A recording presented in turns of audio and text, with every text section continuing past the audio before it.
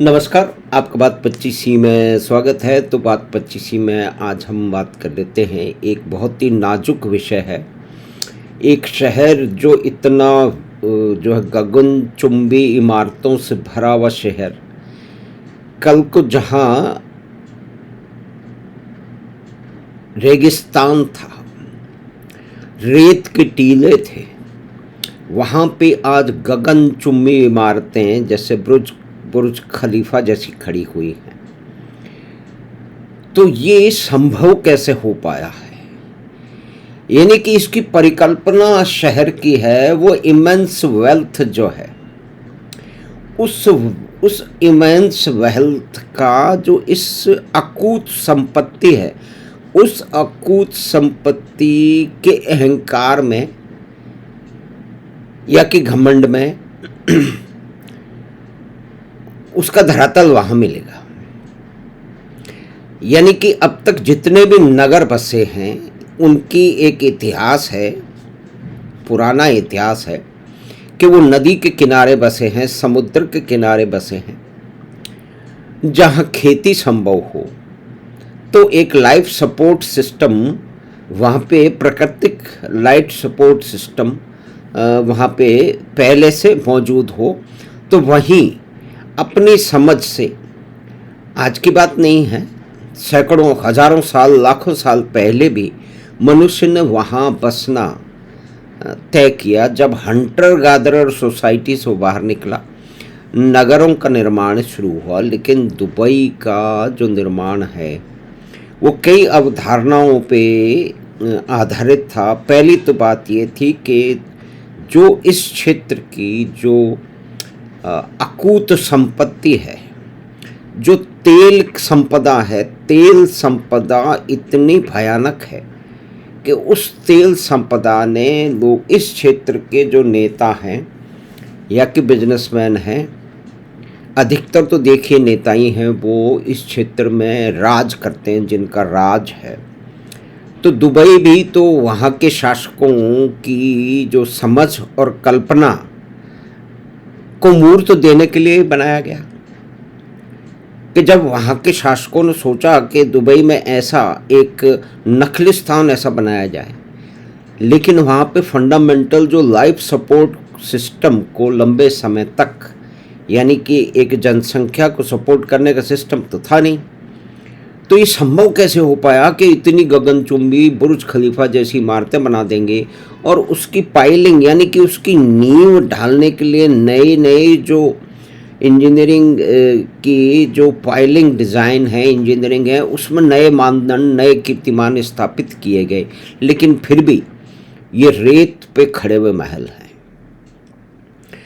इन रेत पे खड़े हुए महलों की आज की परिस्थिति यह है कि दुबई एक तरह से, उसकी जो स्थापना हुई थी एक आकर्षक शहर के रूप में हुई थी, जहाँ दुनिया भर के अरबपति, करोड़पति घूमने आएंगे, टहलने आएंगे, यानी कि सैलानियों का शहर होगा। तो सैलानियों का शहर अब तक तो रहा। बुर्ज अल अरब, यानी कि जिसकी 1999 में स्थापना हुई थी, एक बड़ी गगनचुंबी इमारत, और फिर गगनचुंबी इमारतों की तो एक लाइन पहले से ही लगनी शुरू हो गई। तो उसने अब तक तो उसको सस्टेन किया। उसके दो तीन कारण थे। एक तो ये है कि अकूत संपदा है, वो कितना भी खर्चा करा सकती है। वो दुनिया के बड़े से बड़े सितारों को वहाँ बुला करके एक हंगामा बर्पा कर सकती है कि ये एक शहर है कि इस शहर में अगर आप आए नहीं, अगर आप इस शहर में रहते नहीं हैं, तो आपको फिर कोई अनुभव ही नहीं है कि एक आधुनिक रहन सहन, एक आधुनिक शहर कैसा होता है। तो बहुत पहले की बात है, 10-12 साल कुछ एक शहर की जो है वो उसका अगर जीवन काल देखा जाए तो 10-12 साल तो होता ही कुछ नहीं है। बनारस है या कि एथेंस पुराने शहर हैं, वो कितने सैकड़ों हजारों साल की उनकी का इतिहास है। तो उसमें हमारे एक मित्र थे जो कि प्रोफेसर था यूनिवर्सिटी में, उनके पुत्र जो है वो इसी क्षेत्र में दुबई में रहते थे, आसपास में काम था, और इंजीनियर थे, तो बहुत बड़ा उनका एक बड़ी कंपनी में उनका पदवा था, दुनिया भर में घूमना होता था।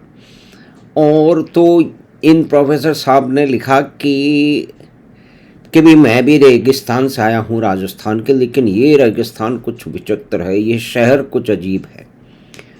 तो मैंने देख करके फिर उनको लिखा, मैंने कहा ये रेत का महल है। तो उन्होंने कहा इसका क्या मतलब है? मैंने कहा इट इज़ एन आयोसिस।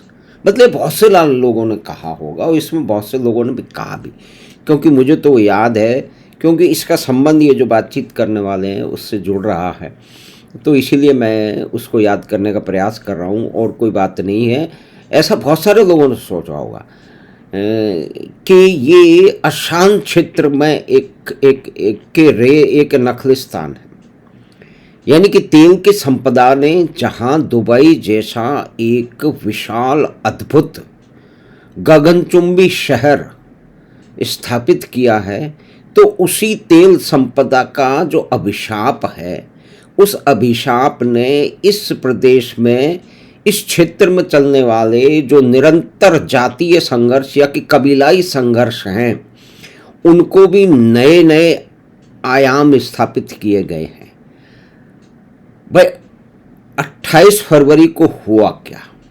28 फरवरी को तो इतना ही हुआ ना कि ईरान के ऊपर इजराइल ने हमला कर दिया, क्योंकि ईरान एटम बम बना करके उसकी ये घोषित नीति है, उसका ये उद्देश्य है कि वो इजराइल को समाप्त कर देगा। और इजराइल ने लगातार ईरान के बम बनाने की प्रक्रिया को धीमा किया है। वहाँ के वैज्ञानिकों की हत्याएं की गई हैं, ऐसा माना जाता है कि मोसाद ने की हैं। उनके संयंत्रों में विस्फोट किए गए हैं और लड़ाकू विमानों ने जाकर के उनके जो परमाणु संयंत्र है उस पर बम डाले हैं। लेकिन ईरान रुक नहीं रहा है, और ईरान आज भी बम बनाने की प्रक्रिया में लगा हुआ है। अभी जो युद्ध विराम की शर्तों में एक मुख्य शर्त ये भी है कि ईरान अपने बम बनाने के पागलपन को छोड़ देगा। अब लेकिन यहाँ दूसरे विद्वान आ जाते हैं कि ये कौन डिसाइड करेगा कि किसको बम चाहिए। अरे भाई, जो जिम्मेदार एक देश है उसके नेता जिम्मेदार हैं, जो ये नहीं कह रहे हैं कि हम बम बना करके किसी देश को नष्ट कर देंगे। ईरान तो कह रहा है ना, तो फिर उसका समर्थन क्यों? फिर यहाँ पे फिर फिलिस्तीन का मामला आ जाता है। भाई इस समस्या का समाधान हो सकता है, लेकिन होने नहीं दिया जा रहा, क्योंकि ईरान ने जो प्रॉक्सीज हैं उनको लगातार फंड किया है। तो ये भी जो अकूत तेल संपदा है उसका एक अभिशापित है। अगर अच्छा, फिर ईरान और इजराइल की हम जरा कंपैरिजन कर लें, मतलब जब हम अभिशाप की बात कर रहे हैं, तो ईरान की जनसंख्या करीब 9.5 करोड़ है, और अधिकतर उनका जो भी है जीडीपी उनकी तेल पे निर्भर करती है, और उनकी पर कैपिटा जीडीपी इस युद्ध से पहले, इस युद्ध के, क्योंकि युद्ध ने तो करीब ईरान के बहुत सारे संसाधनों को पूरी तरह से नष्ट कर दिया है, लेकिन वो तो नष्ट होने को तैयार हैं एक तरह से, वहाँ की रिजीम, ईरानियन नहीं, क्योंकि अभी तक बाहर पूरी तरह से खबरें आई नहीं हैं। क्योंकि कौन देश चाहेगा कि लगातार वो युद्ध की परिस्थिति में रहे, लेकिन ईरान के नेताओं ने तो रखा हुआ है। और यहाँ पे जो एक जो भित्ति चित्र लगा रखा है वो असीरिया का है, यानी कि इस क्षेत्र की में युद्ध का चित्रण कर रहा है। वो युद्ध दुनिया में सभी जगह होते रहे, कोई ऐसा क्षेत्र नहीं है कि जहाँ पे युद्ध नहीं हुआ, लेकिन पिछले 75 साल में कहीं लगातार युद्ध चल रहा है। तो वो तो चल रहा है इस मध्य पूर्व में, मिडिल ईस्ट में, जिसको मगरिब कहा जाता है। तो बहुत पहले की बात है, लेकिन आज दोबारा कई बार मैं याद कर चुका हूँ, फिर याद कर लेते हैं कि फ्रैंकफर्ट में करीब आज से 40 साल पहले एक पाकिस्तानी मित्र ने बताया था कि इस देश की, इस क्षेत्र की, मगरिब की प्रॉब्लम मगरिब के तेल संपदा में है। ऑयल वेल्थ इज अ कर्स।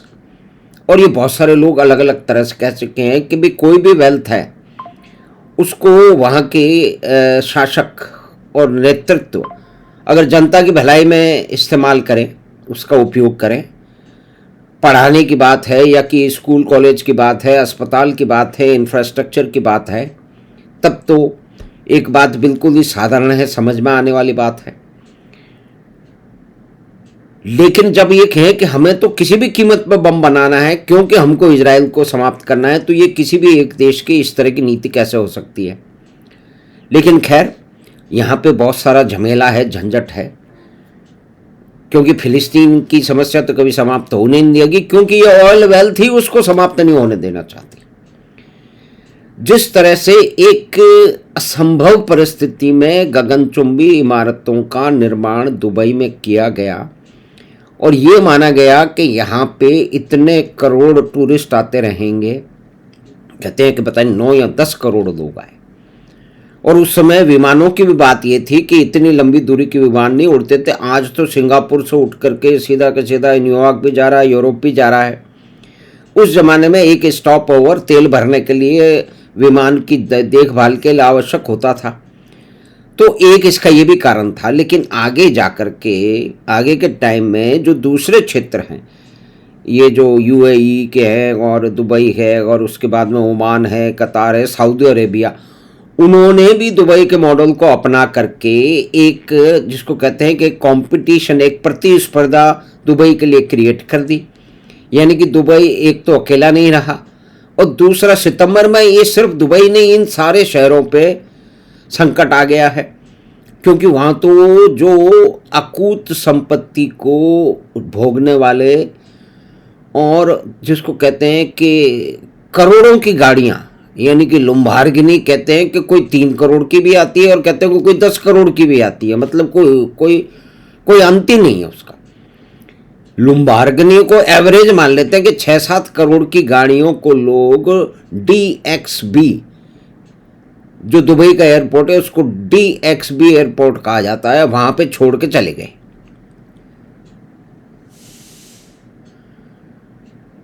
तो ये एक कितनी बड़ी एक पलायन है। और जिनको फ्लाइट नहीं मिल रही दुबई से, वो गाड़ियों से सऊदी अरब जा रहे हैं, जो भी कुछ कर रहे हैं, वीज़ा ले रहे हैं, और वहाँ पे मतलब 10, 20, 50 गुना किराया दे करके सऊदी अरेबिया से फ्लाइट पकड़ के बाहर जा रहे हैं।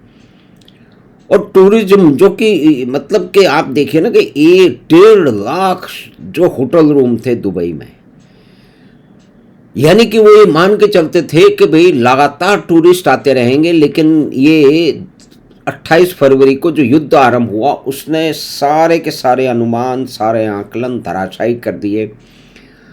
और बड़े ही दुख के साथ कहना पड़ता है कि ये जो एक अवधारणा बहुत सारे लोगों की रही है, जिसको मैंने साझा किया था अपने मित्र से, वो उसमें नाराज भी हुए थे, कुछ फ़ोन पे भी बात हुई थी। लेकिन आज वो भयावह परिस्थिति हम लोगों के सामने है। और 75 साल से अगर लगातार कहीं युद्ध चल रहा है, वो इस क्षेत्र में चल रहा है। लगातार शरणार्थी यूरोप और अमेरिका जा रहे हैं, तो वो इस क्षेत्र में जा रहे हैं। इस क्षेत्र के देश जो है वो शरणार्थियों को लेने के लिए तैयार ही नहीं है, जबकि बड़े बड़े अमीर देश हैं, उनके पास जगह भी बहुत है। लेकिन इस क्षेत्र समझ लीजिए, इस क्षेत्र की ये भी विशेषता है कि इस क्षेत्र में बारिश नहीं हो रही है, इस क्षेत्र में नदी नहीं है।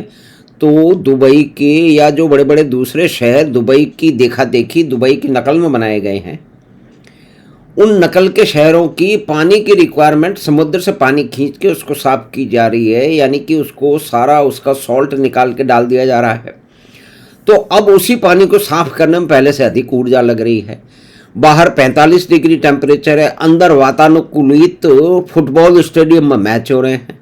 बड़े बड़े जो गायक और नर्तक सारी दुनिया से जितने भी बाजीगर हैं, वो बाजीगरों का शहर जो है वो दुबई था। और उसकी डुप्लीकेशन में आसपास के देशों ने भी बना लिया कि हम भी ऐसा कर सकते हैं। लेकिन इस क्षेत्र की जो ऑयल वेल्थ का जो कर्स है, उसका जो अभिशाप है, उसका साया इस क्षेत्र में पड़ चुका है।